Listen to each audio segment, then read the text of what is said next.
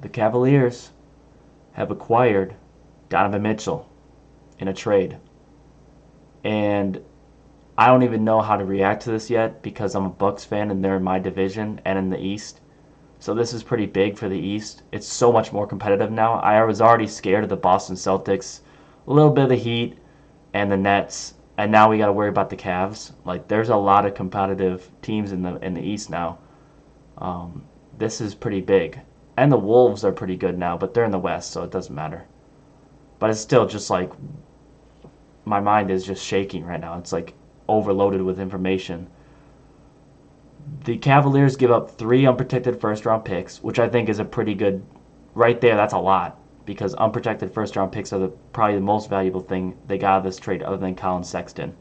Then 2 pick swaps, which is good for the future in case something happens.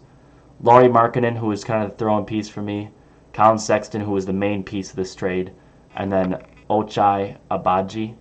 I don't know if I said that right. I think I did, though. And he was really good in Summer League. I actually liked what I saw from him. So that's a pretty good young piece for them to have. And honestly, all 3 of those guys are pretty young. Like, Lauri Markkanen, I think, is 25, 26.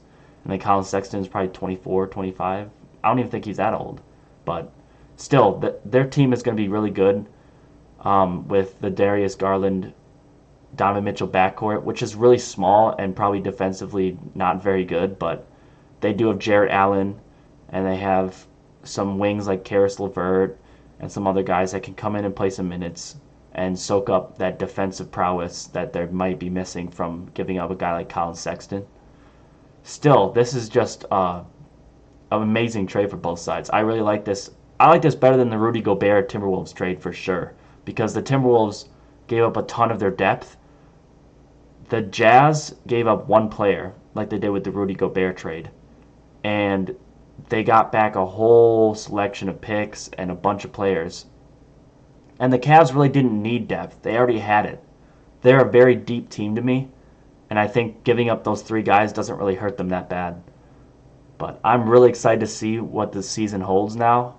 This is going to be really cool, even for NBA 2K23, which I'm super excited for too, even though it looks like it might be a rerun of 2022. That's okay with me. As long as it's updated rosters, I'm cool. I'm just really excited to see this season now. And I might buy the League Pass now because I can't not watch the Cavs at this point. But if you enjoyed this video, leave it a like, subscribe, and follow my Twitter. This isn't my Twitter. This is the Post Up Podcast Twitter, which you can also follow if you want to watch my podcast with Joey Fritsch.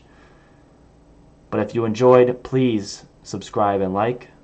And I'll talk to you another day, ladies and gentlemen.